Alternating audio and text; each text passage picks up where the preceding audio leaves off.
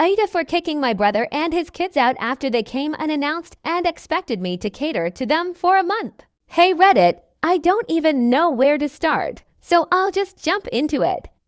I'm a 33 female, living alone for quite some time and earning a comfortable income. My brother, on the other hand, is 29 male, married with 3 kids, and has always been the golden child of the family. Growing up, my brother was undeniably spoiled by our parents.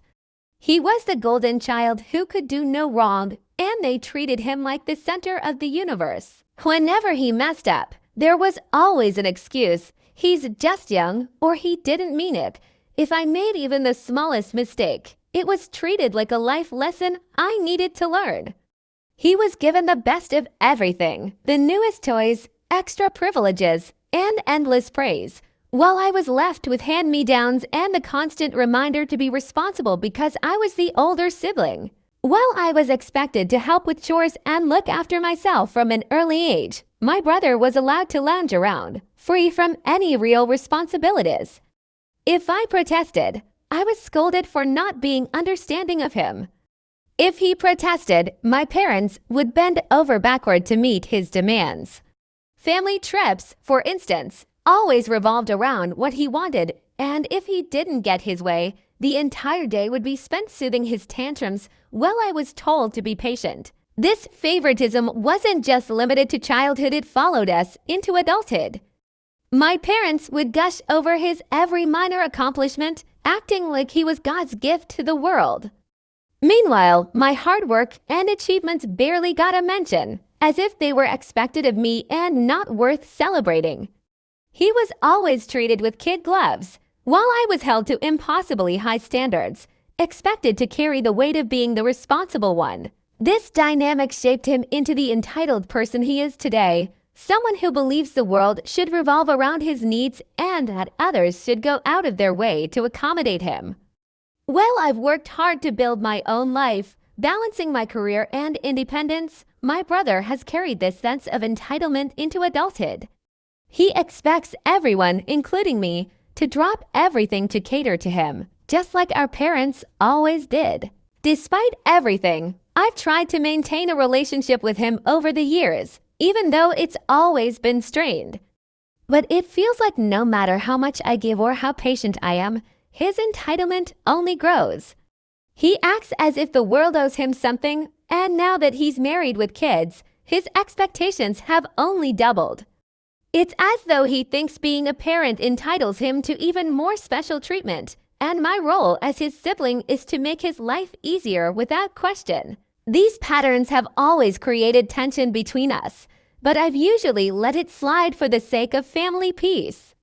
Recent events, however, have brought everything to a breaking point, and I can't keep ignoring how unfair this dynamic has always been. Despite our differences, I've tried to maintain a civil relationship with my brother, though it often feels completely one-sided. He only reaches out when he needs something, never to check in or offer support. At family gatherings, he always finds a way to dominate the conversation, bragging about his life and achievements as if he's the only one who matters. He never misses an opportunity to subtly put me down, making comments about how I'm still single or how I prioritized my career over starting a family, as though my choices are somehow less valid. His wife, my sister-in-law, is no better. She mirrors his entitlement perfectly, often dismissing me or making passive-aggressive remarks about my lifestyle. Whether it's undermining my accomplishments or treating me as though I exist to accommodate them, her behavior only reinforces the sense of superiority they both seem to share.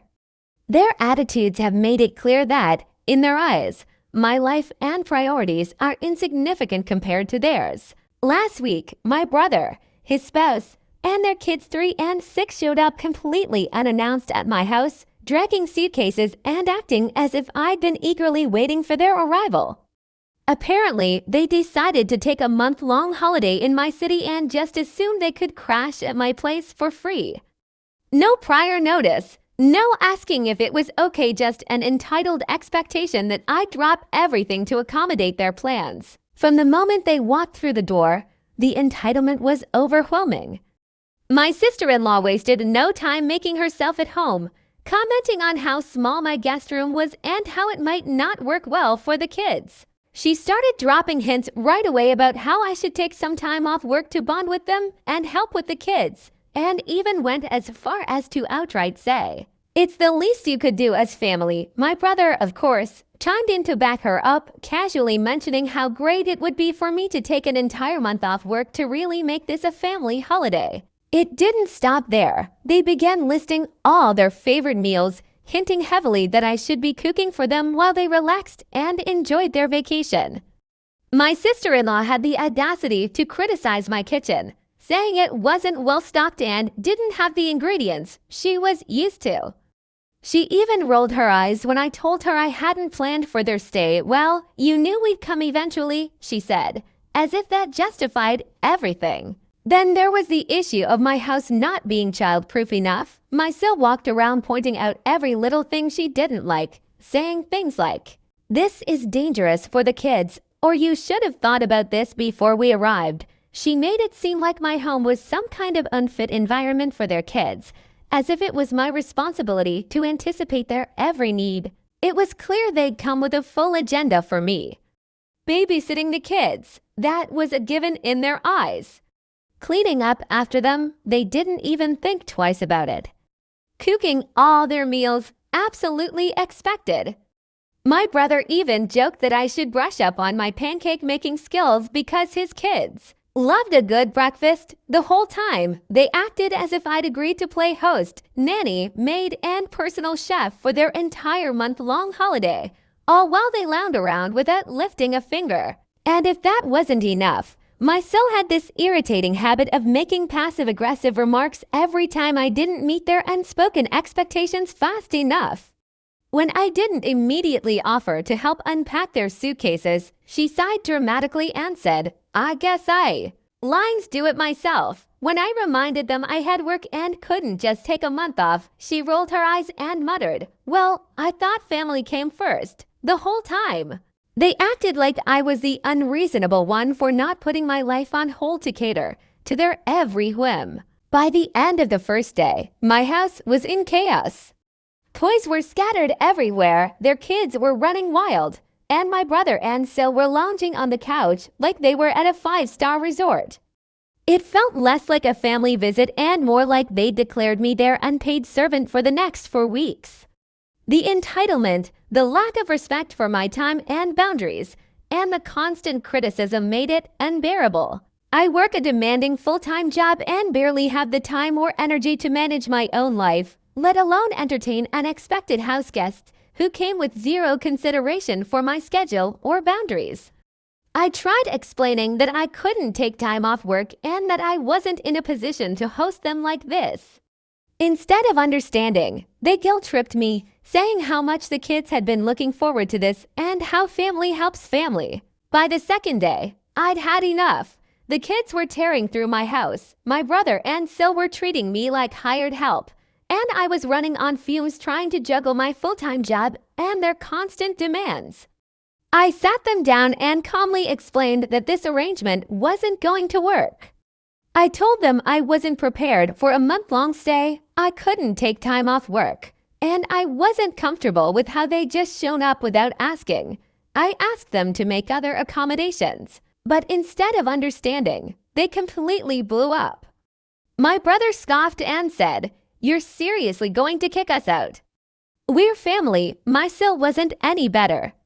She crossed her arms and shot back, "Wow, I didn't realize you were so selfish. We came here so the kids could bond with you, and this is how you repay us." She even threw in, "What's the point of having all this space if you're not going to use it for family?" When I didn't back down, they refused to budge. My brother said they didn't have a backup plan and accused me of ruining their holiday. They outright ignored my requests to leave and acted like they had every right to stay in my home as long as they wanted. To make things worse, my sil had the audacity to say, "If you're really this upset, maybe you should go stay somewhere else for a while." I couldn't believe it, they were trying to kick me out of my own house. When they realized I wasn't going to cave, they called in reinforcements, our parents.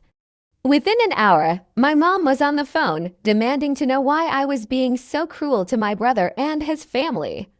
She guilt-tripped me about how hard it is for them with 3 young kids and how I should show some compassion. According to her, it was just 1 month and I should make sacrifices for family. My dad joined in, telling me I was being ungrateful and accusing me of thinking only about myself. They both ignored the fact that my brother and Sil had shown up unannounced, expected me to cater to their every need, and disrespected my boundaries. To them, the fact that I wasn't bending over backward to accommodate my brother made me the villain. Even with my parents pressuring me, I stood firm. I told them it wasn't fair for me to put my life on hold for an entire month just because my brother felt entitled to my space and time. When I hung up, my Sil was fuming. She said, "You've really turned into a cold, heartless person," and my brother muttered, "I hope you're happy when this drives a wedge in the family." Eventually, after much arguing and drama, I gave them a firm deadline to leave and told them if they didn't, I'd have to involve authorities to remove them. Only then did they begrudgingly pack up and leave, making a huge show of how unfairly they were being treated. The entire time, my Sil was making snide comments about how I'd let everyone down and how family clearly doesn't mean anything to me. My brother refused to even say goodbye, just muttered something about how I'd regret this. Now, my parents and even some extended family are furious with me. I'm being called selfish, heartless, and out of touch with family values, but honestly, I don't regret asking them to leave. I refuse to let their entitlement and disrespect dictate my life. Here is a dramatic update you guys been asking about. After they left, I thought the drama was finally over, but I couldn't have been more wrong. It turns out my brother, Sil, and even my parents had been busy twisting the entire story to make me look like the villain. According to the version they spread to the rest of the family, I had kicked out my own brother and his innocent kids with nowhere to go and refused to help them during a family holiday. They conveniently left out the part where they showed up unannounced, expected me to take a month off work, and treated me like a servant in my own home. Instead, the narrative became all about how I was a cold, selfish person who had turned my back on family. My parents fully backed their version of events, adding fuel to the fire. My mom told relatives I was too focused on my career and money and didn't care about family anymore. My dad said I'd forgotten where I came from and accused me of being ungrateful for all the sacrifices they made for me growing up. They painted this picture of me as some heartless, selfish spinster who wanted nothing to do with my family. Of course, my brother and Sil played the victims to perfection. My Sil told everyone how traumatized the kids were after being thrown out and how she had to scramble to find somewhere else to stay.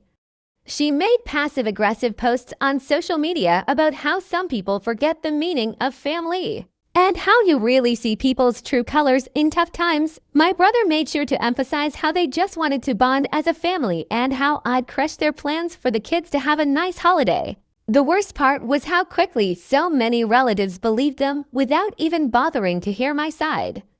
Cousins, aunts, uncles, people I thought were neutral started calling or messaging me, saying things like, "How could you do that to your own brother?" Or "Family comes first, no matter what." Some even said I should apologize and invite them back to make things right. It was like I was being ganged up on for standing up for myself in my own home. I tried explaining the truth to a few people, but it was exhausting.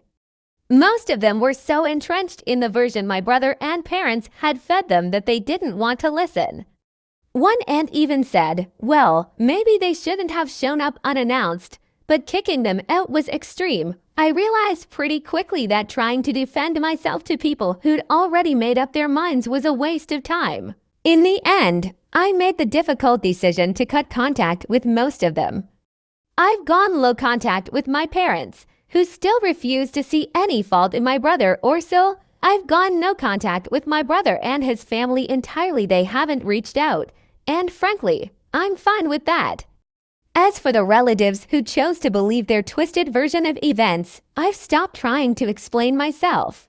If they want to think I'm the villain, so be it. It's been painful to lose those connections, But the peace I've gained by removing myself from the constant guilt-tripping and drama is worth it. For the first time in a long time, I feel like I can breathe. I've learned the hard way that boundaries are non-negotiable, even with family, and that sometimes protecting your peace means letting go of people who refuse to respect you.